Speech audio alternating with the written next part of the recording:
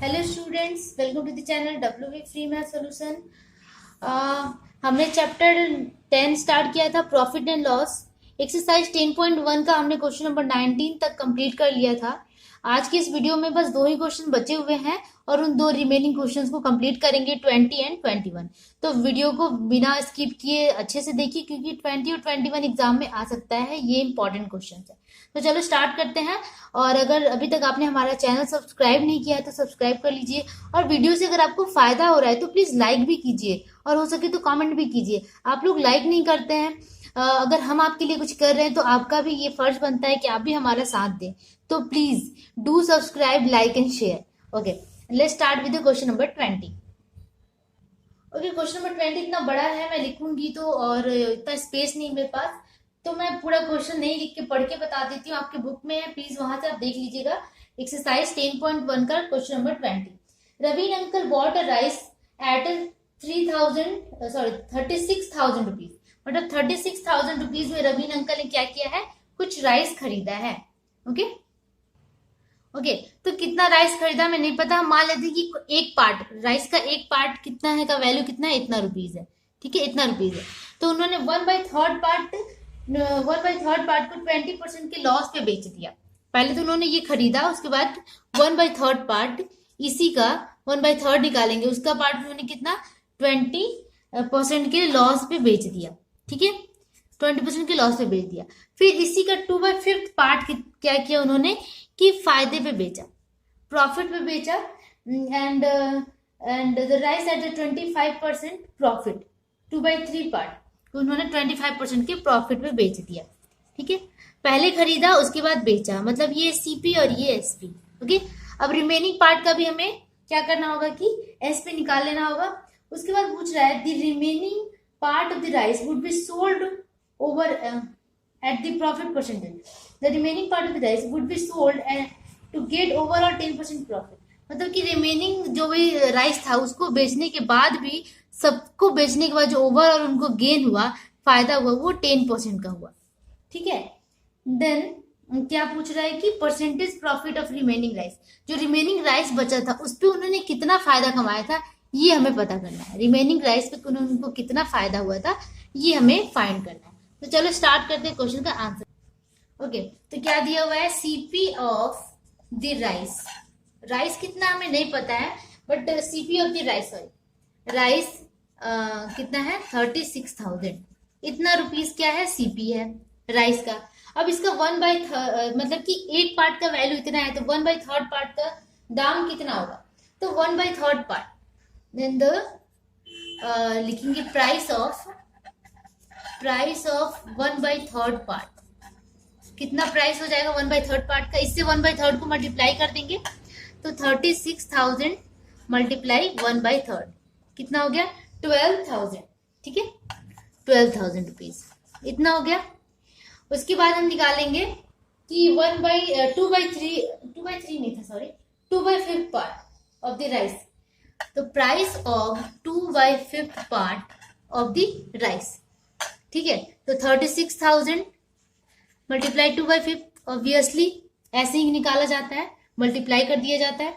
ठीक है, तो ये करने के बाद आपको काट छाट करने के बाद आपका 14400 रुपीज आएगा। ठीक है, तो हमने दोनों का प्राइस निकाल लिया, लेकिन 1/3 पार्ट को उसने कितने के प्रॉफिट में बेचा था, 1/3 पार्ट को 20% के लॉस पे, सॉरी 20% के लॉस पे बेचा था। ठीक है, अच्छा ये तो इतना पार्ट हो गया। अब रिमेनिंग पार्ट भी हम यहां से निकाल लेते हैं कि कॉस्ट ऑफ, मतलब कि प्राइस ऑफ रिमेनिंग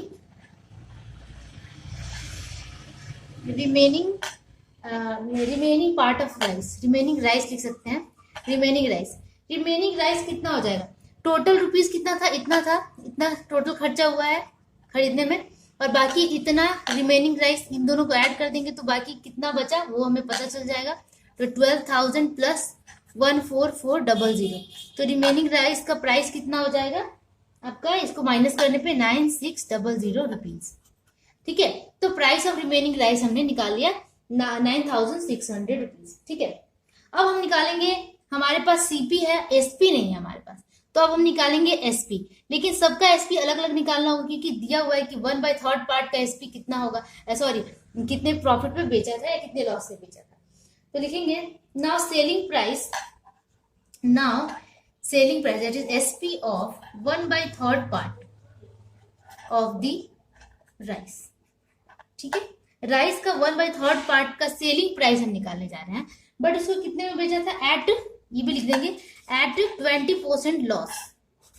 ठीक है, 20% लॉस होने के बाद इसका सेलिंग प्राइस कितना होगा 1/3 पार्ट। 1/3 का प्राइस हमें पता है, कॉस्ट प्राइस 12,000 है, सॉरी कितना, हाँ 12,000 है। तो आपका जैसे फॉर्मूला क्या होता है, लॉस हुआ है, सेलिंग प्राइस निकाल रहे हैं, तो 100 minus P that is 100 minus L होगा, लॉस दैट इज 80 हो जाएगा, बाई 100 मल्टीप्लाई सीपी। यहाँ पे सीपी की जगह पे ये होगा क्योंकि इतना कॉस्ट है, ये रिमेनिंग, ये 1/3 पार्ट का कॉस्ट है। ठीक है, प्राइस है, तो इसे हम मल्टीप्लाई कर देंगे। जैसे कि फॉर्मूला होता है क्या कि पी और एस जो भी होता है, पी और एल बाई 100 मल्टीप्लाई सीपी, यही होता है, सॉरी 100 प्लस माइनस, ऐसा होता है कि 100 प्लस माइनस पी और एल बाई 100 इंटू सीपी। तो वही हमने किया, 100 माइनस एल कर दिया क्योंकि यहाँ पे लॉस हुआ था, तो 80/100 मल्टीप्लाई 12,000। ठीक है, अब इसको सॉल्व करेंगे तो आपका आ जाएगा 9600 रुपीज। ठीक है, तो ये कितना आया, 1/3 पार्ट ऑफ द राइस क्या एसपी आया, मतलब कि सेलिंग प्राइस आया, and selling price of 2/5 part, मतलब कि ये द राइस एट, इसमें लॉस नहीं, इसमें गेन हुआ था, प्रॉफिट हुआ था 25% प्रॉफिट। ठीक है, इसमें प्रॉफिट हुआ है तो ये 25% ऐड हो जाएगा, 100 प्लस 25 दैट इज 125/100, और इसका सीपी कितना था 14400, ये हमने निकाला था 14400। ठीक है, अब इसको कैलकुलेट करेंगे तो ये आ जाएगा आपका कितना 18,000। ठीक है, इतना रुपीज आ गया। ओके, तो दोनों का हमने एसपी भी निकाल लिया, अब रिमेनिंग पार्ट का भी एसपी निकालते हैं। ठीक है, तो रिमेनिंग पार्ट का एसपी कैसे निकलेगा, देखो ये टोटल एसपी पहले हमें निकालना पड़ेगा कि अगर कॉस्ट प्राइस टोटल राइस का इतना था तो टोटल राइस का सेलिंग प्राइस कितना होगा, ये भी हमें निकालना होगा। तो लिखेंगे कि selling price of rice, selling price कहीं पूरा लिखते हैं कहीं हाफ, जैसे भी, ऑफ राइस एट, क्योंकि बुक में दिया हुआ है कि ऑल ओवर उसे कितना प्रॉफिट हो रहा है 10% का, मतलब कि टोटल पे उसे 10% का प्रॉफिट हो रहा है, एट 10% प्रॉफिट। तो हमारे पास कॉस्ट प्राइस तो दिया हुआ है, सीपी इज इक्वल टू दिया हुआ है टोटल सीपी, या लिख देंगे total CP is equal to कितना दिया है 36, यहाँ पे दिया हुआ था 000 है ना। तो यहां से हम क्या निकाल लेंगे, SP of total rice, selling price ये। ठीक है, आप इसको पहले लिखना चाहिए था, चलो कोई नहीं। तो CP selling price of rice है 10%। ठीक है, तो कितना हो जाएगा 110/100 मल्टीप्लाई 36,000। ठीक है, अब यहां से आप काट छाट कर लेना, आ जाएगा आपका कितना 39,600 रुपीज, इतना आ गया। ठीक है, तो total selling price, total SP is equal to कितना हो गया, इतना। ओके, अब टोटल एसपी भी हो गया, पार्ट का भी एसपी हो गया। तो अब हमें रिमेनिंग पार्ट का, क्योंकि रिमेनिंग पार्ट ही पूछ रहा है, रिमेनिंग पार्ट का परसेंटेज ऑफ प्रॉफिट पूछ रहा है, तो रिमेनिंग पार्ट का सेलिंग प्राइस भी निकालते हैं। ठीक है, तो remaining part selling price of remaining part of rice. ठीक है, वो कितना हो जाएगा, टोटल हमारे पास सेलिंग प्राइस कितना है, ये है 39,600 माइनस रिमेनिंग पार्ट का कैसे निकालेंगे, ये दोनों को ऐड कर देंगे, ये इन दोनों का, ये पार्ट का, दैट इज कितना हो जाएगा 9600 प्लस 18,000। ठीक है, अब इन दोनों को हम, इन तीनों को माइनस करेंगे तो रिमेनिंग पार्ट का हमें क्या मिल जाएगा, सेलिंग प्राइस मिल जाएगा। ठीक है, ओके, तो यहाँ पे आ जाएगा 39,600 माइनस इन दोनों को ऐड करेंगे तो ये हो जाएगा 27,600। ठीक है, इक्वल्स कितना हो गया इसमें से इसको माइनस करने पे आ गया 12,000 रुपीज। ठीक है, तो रिमेनिंग पार्ट का सेलिंग प्राइस भी हमने यहाँ से निकाल लिया। अब रिमेनिंग पार्ट का हमें क्या निकालना है, परसेंटेज ऑफ प्रॉफिट, कि रिमेनिंग पार्ट से उसे कितना फायदा होता है ये हमें पता करना है। तो इसके लिए हमें कॉस्ट प्राइस चाहिए, तो रिमेनिंग पार्ट का कॉस्ट प्राइस भी हमने पहले ही निकाल लिया है। कितना है, यहाँ पे प्राइस ऑफ रिमेनिंग राइस इतना है ना। यहाँ पे अब चलो सीपी ही लिख देते हैं, CP of remaining rice, CP मतलब cost price of remaining rice इतना है, क्योंकि यहाँ हमने निकाला था। और यहाँ आगे क्या है कि selling price of remaining rice, तो हमारे पास दोनों चीजें हैं, तो यहाँ से हम क्या निकालेंगे, प्रॉफिट। ठीक है, तो यहाँ पे हम लिखेंगे profit is equal to selling price minus cost price. का सेलिंग प्राइस कितना है, सेलिंग प्राइस 12,000 है ना, माइनस कॉस्ट प्राइस कितना है 9600। ठीक है, अब इन दोनों को हम माइनस कर देंगे तो कितना आ जाएगा 2400 रुपीज। ये क्या आ गया, रिमेनिंग पार्ट का प्रॉफिट आ गया। ठीक है, अब percentage of profit of remaining part of rice, यही पूछ रहा है। ठीक है, तो ये कितना हो जाएगा, परसेंटेज ऑफ प्रॉफिट कैसे निकालते हैं, P बाई CP। P हमारा कितना आ गया 2400 बाई CP यहाँ पे कितना है 9600 मल्टीप्लाई 100। ठीक है, अब ये काट छाट अब 24 से ये कट जाएगा आसानी से। ठीक है, आपका कितना आ जाएगा 25%। आप इसको कर लेना, ये 0 से ये 0 गया, और ये 24 से 96 4 टाइम्स में कटता है, 4 से 100 25 टाइम्स में, तो कितना आ गया 25%। मतलब कि percentage profit of remaining part of the rice हो गया कितना 25%। यही आपका रिक्वायर्ड सॉल्यूशन हो गया। ठीक है, होप कि आप लोग को समझ में आया होगा। तो अगर ना समझ में आए तो प्लीज 1 से 2 बार इसको रिपीटेड देखिए, तभी आपको और अच्छे से समझ में आएगा। ठीक है, तो क्वेश्चन नंबर 20 हमने कंप्लीट कर लिया। अब हम करते हैं question number 21। Okay student, question number 21, ये क्वेश्चन काफी इंपॉर्टेंट है, ये हमारे एग्जाम में भी आता था इस टाइप का क्वेश्चन, तो इसे आप वेरी वेरी इंपॉर्टेंट लगा दीजिए। ठीक है, VVI। ठीक है, ओके, क्वेश्चन क्या है, a trader by selling one kind of T ₹80 kg पर केजी। ठीक है, एक काइंड ऑफ टी बेचता है, ठीक है 80 रुपीज पर केजी, मतलब 1 kg का दाम कितना है 80 rupees. Okay, and makes a loss of 20%। अगर इतने में बेच रहा है तो उसे लॉस कितना हो जा रहा है 20% का। ओके, नाउ बाय सेलिंग 200 पर KG the another kind of T makes a profit 25%। लेकिन अगर 200 रुपया पर केजी के हिसाब से वो बेचता है तो उसे 25% का प्रॉफिट भी हो जाता है। ठीक है, at what the ratio these two types of T should be mix. अब दोनों टी को किस रेशियो में मिक्स करेंगे, so that by selling it 150 पर केजी, मतलब कि 1 kg 150 के हिसाब से अगर वो बेचे, 150 पर केजी के हिसाब से वो बेचे कि प्रॉफिट 25% हो जाए। मतलब कि अगर इतने हिसाब से वो बेचता है 150 पर केजी के हिसाब से, तो उसे 25% का क्या हो जाए, प्रॉफिट हो जाए। लेकिन किस रेशियो में मिक्स करना होगा ये हमें निकालना है। तो उन दोनों टी को किस रेशियो में मिलाए, किस हिसाब से मिलाए कि ये हमें 25% का फायदा भी हो और 150 पर केजी के हिसाब से उसको बेचा जा सके। तो चलो पहले वाला जो टी है उसे x मान लेते हैं। Let x kg with the first type of tea is mixed with y kg of second type of tea. ठीक है, मतलब कि सेकंड टाइप ऑफ टी को y मान लेते हैं y kg, और फर्स्ट टाइप ऑफ टी को x मान लेते हैं। ओके, ठीक है, तो हमने क्या लिख लिया, let x kg of first type of tea is mixed with y kg of second type of tea. मतलब इस तरह 2 टाइप का टी है, x को x टाइप का मान लिया, को y टाइप का मान लिया। अलग अलग टी, जैसे पहले होता था कि असम टी अलग होता है, दार्जिलिंग टी का टेस्ट अलग होता है, तो दोनों का अलग अलग मिक्स करना है।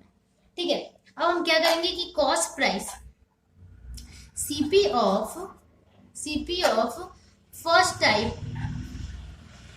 टाइप ऑफ टी ये निकालेंगे एट कितना लॉस हुआ है उसमें, एट लॉस 20%।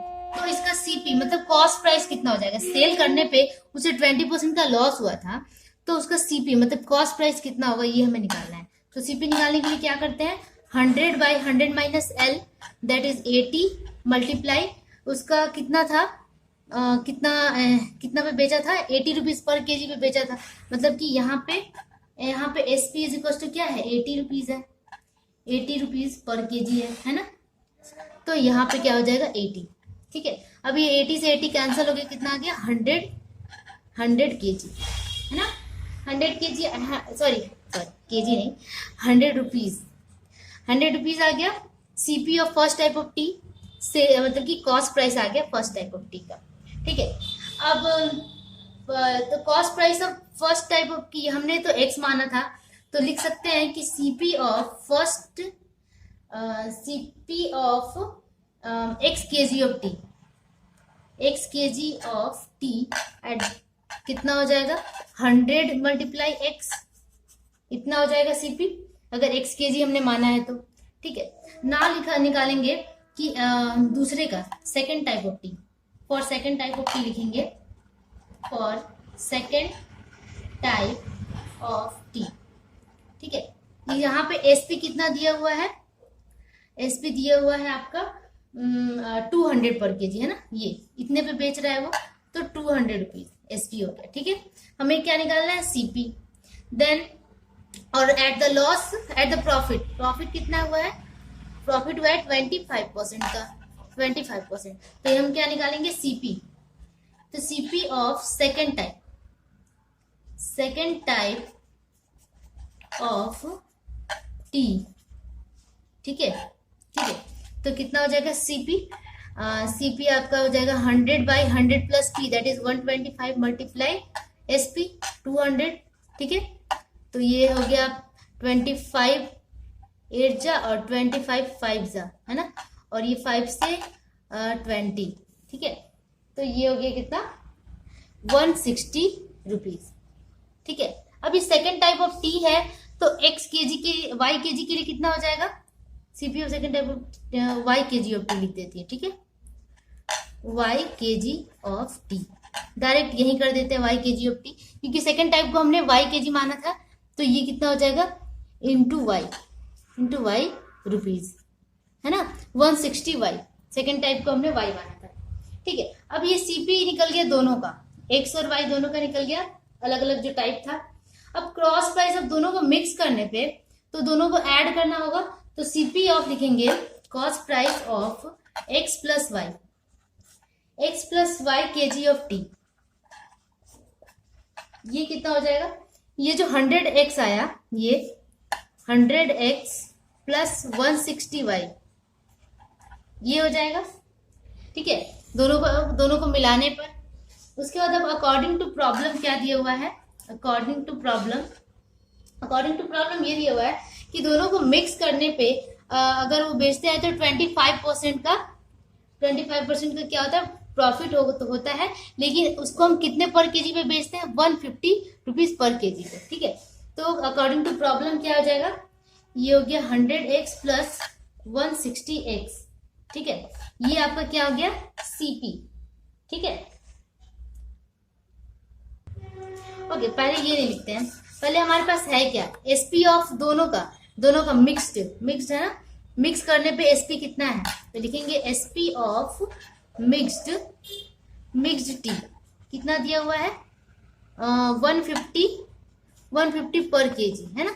अगर 150 पर केजी पे रुपीज पे वो बेचता है, लेकिन SP of x plus y KG के लिए वो कितना हो जाएगा 150 into x plus y kg पर रुपीज, सॉरी कितना रुपीज हो जाएगा एक्स प्लस वाई केजी के लिए, मिक्स्ड टी है इसलिए हम दोनों को ऐड किया है, ठीक है, इसलिए ये ऐड इससे मल्टीप्लाई हो गया, ठीक है, मतलब कि selling price of mixed tea आ गया।